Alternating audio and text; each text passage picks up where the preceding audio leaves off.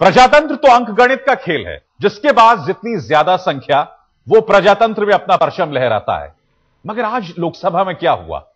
अधिकतर पार्टीज ने, अधिकतर सांसदों ने एफडीआई के खिलाफ बात रखी, मगर आखिरकार हुआ क्या? आखिरकार खुदरा क्षेत्र में एफडीआई लोकसभा में पारित हो गया। क्या यह प्रजातंत्र का मजाक तो नहीं?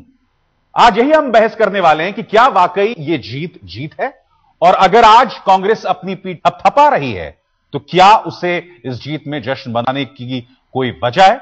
इस बहस में मेरे साथ 3 खास मेहमान हैं।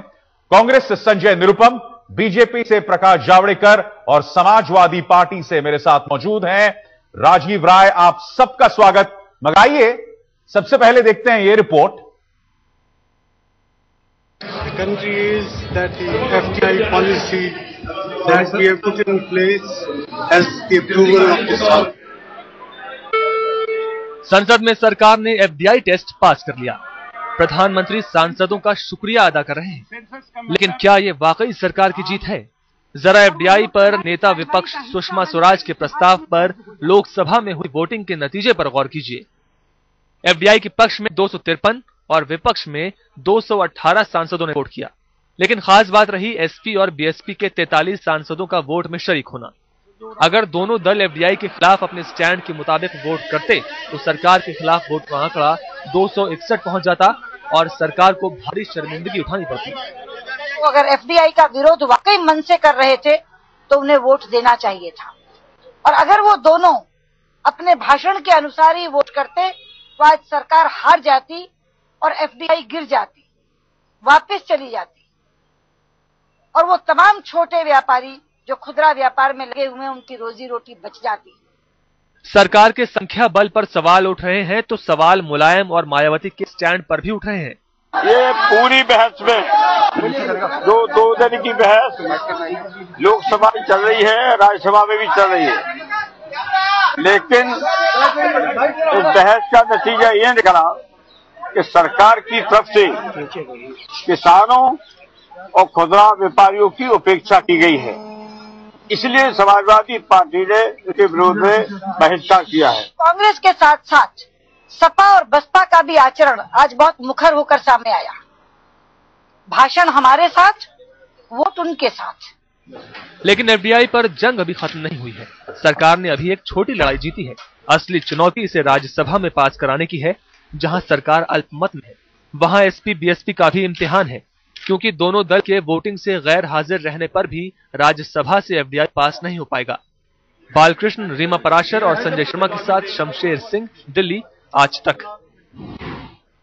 मेरे साथ इस वक्त 2 खास मेहमान जुड़ गए हैं। समाजवादी पार्टी से राजीव राय और बीजेपी से हमारे साथ हैं प्रकाश जावड़ेकर। सबसे पहले राजीव जी, आपसे जानना चाहता हूं, जब एक खतरा सामने से आता है तो इंसान की 2 प्रतिक्रियाएं होती हैं। पहला, उस वो खतरे से मुकाबला करता है, और दूसरा, उस खतरे से वो भाग जाता है।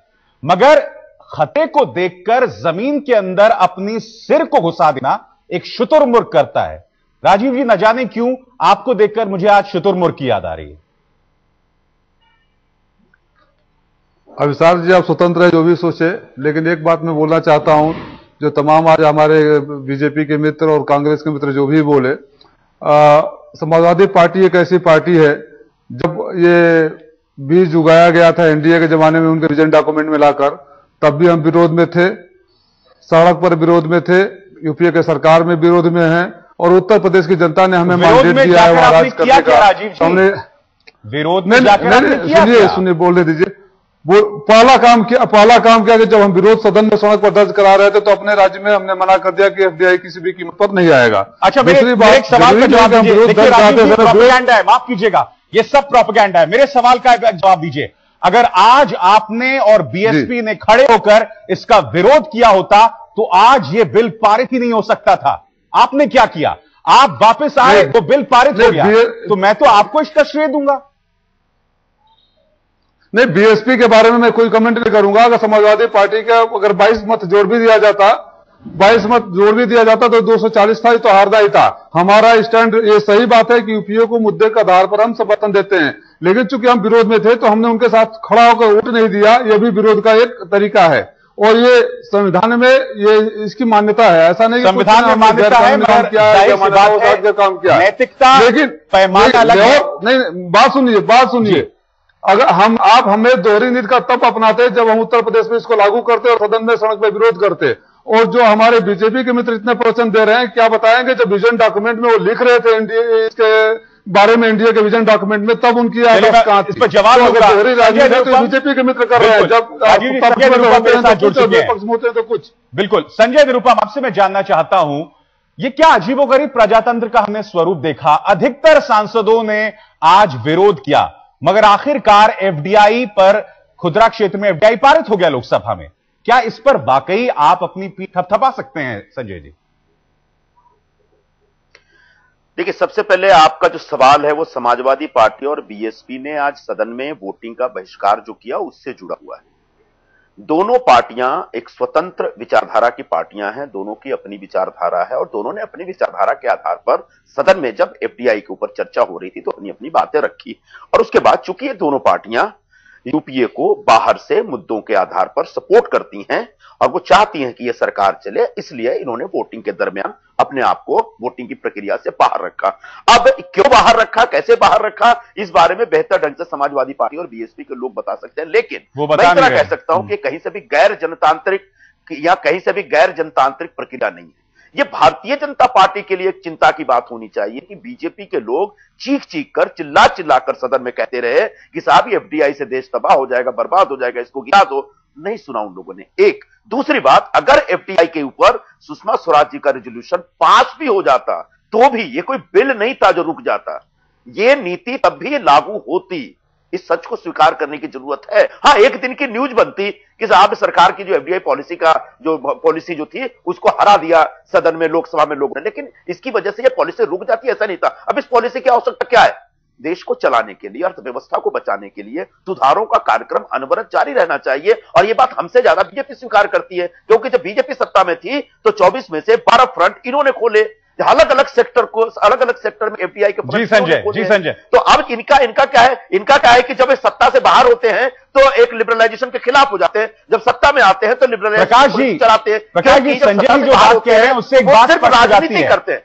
संजय जी जो बात कह रहे हैं उससे बात स्पष्ट हो जाती है कि हाथी के दांत खाने के कुछ, दिखाने कुछ और। आप में और कांग्रेस में कोई बहुत ज्यादा फर्क नहीं है आर्थिक नीतियों को लेकर, मगर जैसा कि संजय जी कह रहे हैं कि चूंकि आप सत्ता से बाहर हैं लिहाजा आप ये रवैया अपना रहे हैं। नहीं, पहले तो मैं दो बातें कहना चाहूंगा। आज जो देश ने देखा, 2 दिन जो चर्चा सुनी एक महत्वपूर्ण मुद्दे पर, एक लोकतंत्र की जीत है कि लोगों ने देखा कि जो गुस्सा उन्होंने एफडीआई रिटेल के मुद्दे पर, महंगाई के मुद्दे पर, जो देश भर में भारत बंद रख के प्रकट किया था और जिसमें इनके समर्थक 3 दलों ने भी सक्रिय सहयोग दिया था, डीएमके, सपा और बसपा ने, उन्हीं और टीएमसी इनसे बाहर हो गई थी इस मुद्दे पर। और आज हमने देखा कि आज नैतिक विजय, 14 पार्टियां, इनके मंत्रिमंडल में होते हुए डीएमके ने विरोध किया जी, और इनके ही पार्टी का केरल ने विरोध किया। तो सब आज सामने हो गया, सरकार बेनकाब हो गई कि इनके प्रस्ताव के प्रति न देश साथ में है, न सदन साथ में है, न संसद साथ में है। तो ये आज साबित हो गया और इसलिए एक नैतिक लोकतंत्र की एक मानक रक्षा हमने की और एक नैतिक विजय हासिल की है। अब तकनीकी मुद्दे पर जो वो कह रहे हैं वो तो सही है, उन्हें क्या होता, ये आप हार भी जाते तो भी ये लागू करने वाले थे, क्योंकि जैसे 60 साल में किसानों को न्याय तो नहीं दिया और इसलिए अब किसान को न्याय देने के लिए वॉलमार्ट की प्रतीक्षा है। जहां अमेरिका में वॉलमार्ट के कारण और बाकी सब होने हुए भी 5,000 करोड़ की रोज की सब्सिडी अमेरिका देता है और यूरोप अपने किसानों को। जी प्रकाश जी, और इसलिए ये जो तर्क चले वो कोई मुद्दा नहीं। आपने जहां सवाल पूछा वो महत्वपूर्ण सवाल है। क्या मैं ये संजय निरुपम, संजय निरुपम आप इसका जवाब देना चाह रहे हैं? बोलिए संजय जी। एक मिनट, हाँ बिल्कुल मैं देना चाह रहा हूँ, एक मिनट जरा सुने प्रकाश जी, जल्दी अपनी बात कंप्लीट कीजिए। हाँ, एफडीआई के बारे में, और हमने साफ किया, अभी भी पिछले महीने में इन्होंने एफडीआई एविएशन में खोला, FDI retail single brand retail का 100% कर दिया, पावर एक्सचेंज में रिटेल को एफडीआई को अलाउ किया, मीडिया में एफडीआई का परसेंटेज बढ़ाया, तो इसको हमने कहां विरोध किया? जो विरोध नहीं कर रहा है वहां नहीं करते, जो देश के हित में नहीं है उसी का विरोध करेंगे, और इसलिए एफडीआई मल्टी ब्रांड रिटेल का विरोध किया। अब ये बताइए संजय जी, आपसे मेरा एक सवाल है, कायम रहे, लोगों ने देखा। संजय जी, जो सवाल मैंने आपसे किया वो तो किया, मगर ऐसा लग रहा था कि सरकार अपनी इस बात को साबित करने के लिए, अपने पक्ष में लोगों को खींचने के लिए वही घिसा पुराना जो उसका राग है कि तमाम सेक्युलर पार्टी साथ में आए। क्या एफडीआई, खुदरा क्षेत्र और सेक्युलरिज्म, इसमें कोई आपस में कोई नाता है संजय जी? बिल्कुल कोई नाता नहीं है। पूरे 2 दिन की बहस में किसी ने एक शब्द भी कम्युनलिज्म या सेक्युलरिज्म आपके सूचना और प्रसारण मंत्री ने बयान दिया है संजय जी। मैं आपको 2 दिनों के बहस की बात कर रहा हूं। 2 दिनों के बहस में किसी भी स्पीच में कांग्रेस पार्टी की तरफ से कहीं से सेक्युलरिज्म और कम्युनलिज्म की बात नहीं कही गई है। मुद्दा यह है कि भारतीय जनता पार्टी ने, सुषमा स्वराज जी ने कहा कि एफडीआई की नहीं सीबीआई की जीत है। मैं बीजेपी से पूछना चाहता हूं, कौन से सीबीआई, क्या रोल है सीबीआई का? क्या एक भी सबूत आप रख सकते हैं? हाँ, बताता हूं। बात पे जब मायावती और मैं जवाब लूंगा प्रकाश जावड़ेकर से। एक मिनट हाँ बोलिए। एक मिनट अभिसार, जब मायावती और मुलायम सिंह की पार्टी यूपीए की सरकार का समर्थन करती है और बीजेपी की नीतियों को स्वीकार नहीं करती, बीजेपी से अलग हो जाती है, तब बीजेपी अपना फ्रस्ट्रेशन छुपाने के लिए आपने कह दिया कि समर्थन करती है। आप एक सबूत दीजिए। अभी मेरे एक मित्र ने मुझे एसएमएस किया है कि यूपीए सरकार जीत तो गई है मगर डकवर्थ लुइस मेथड से। सीधे रुख करना चाहेंगे प्रकाश जावड़ेकर का। प्रकाश जी, हासिल क्या हुआ संक्षिप्त में मैं आपसे जानना चाहूंगा। क्या सवाल आपका? हासिल क्या हुआ बीजेपी को इसके जरिए, क्या कर पाए आप पिछले 2 दिनों की कवायद के जरिए, संक्षिप्त में?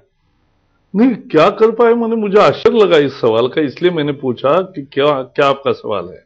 क्योंकि संसदीय लोकतंत्र में जनता के सामने सारा पक्ष विपक्ष लाना और उस पर कौन कैसे राजनीति कर रहा है ये दिखाना लोगों को, और एक आईना लोगों में के सामने खड़ा करना कि भाई ये वास्तविकता है, कौन कैसे जीत रहा है, कौन कैसे भूमिका बदल रहा है, और ये सबको दिखाना, ये भी एक लोकतंत्र का पार्ट है। संजय निरुपम, करना यही काम है विपक्ष का। कॉल प्रकाश जावड़ेकर, क्या फिर से बताइए। आप एक्सपोज हो गए हैं इस पूरी प्रक्रिया में बकौल बीजेपी। कोई एक्सपोज नहीं हुआ है। सच पूछिए तो बीजेपी एक्सपोज हो गई है। बीजेपी ने एक लगातार दुष्प्रचार किया एफडीआई के ऊपर। उनका तमाम भाषण, तमाम बातें कुछ नहीं, एक दुष्प्रचार है। जब किसी अपने देश में किसी भी सेक्टर को ओपन किया गया है, बीजेपी और लेफ्ट के लोगों ने इसी प्रकार का दुष्प्रचार किया और कहा कि देश तबाह हो जाएगा। जब डब्ल्यूटीओ रेजिम में हम लोग इंगेज हो रहे थे, हम नेगोशिएशन के लिए जा रहे थे, तब भी पूरा देश गुलाम हो जाएगा, तबाह हो जाएगा। क्या हुआ? 20 साल से ज्यादा हो गया डब्ल्यूटीओ एग्रीमेंट साइन किए हुए। तो कहने का मतलब यह है कहीं आपके साथ ऐसा तो नहीं होगा ना, खुदा ही मिले ना लोगों। 20 सेकंड आपके पास सर। 1 minute Abhisar 1 minute. लोगों को डराने धमकाने की जो बीजेपी की राजनीति है उसको छोड़ते और जो देश हित में आर्थिक सुधारों के कार्यक्रम चला रहे हैं उसका समर्थन करें। वादा करते हैं कि देश में किसानों को, उपभोक्ताओं को, नौजवानों को, पूरे वर्ग को लाभ होगा, देश को लाभ होगा, व्यवस्था को लाभ होगा। राजीव जी, बहुत गलत होगा उसको हम विरोध करेंगे। बिल्कुल, खुदा ही मिले ना विसाले सनम, ऐसा तो नहीं हो जाएगा आपके साथ?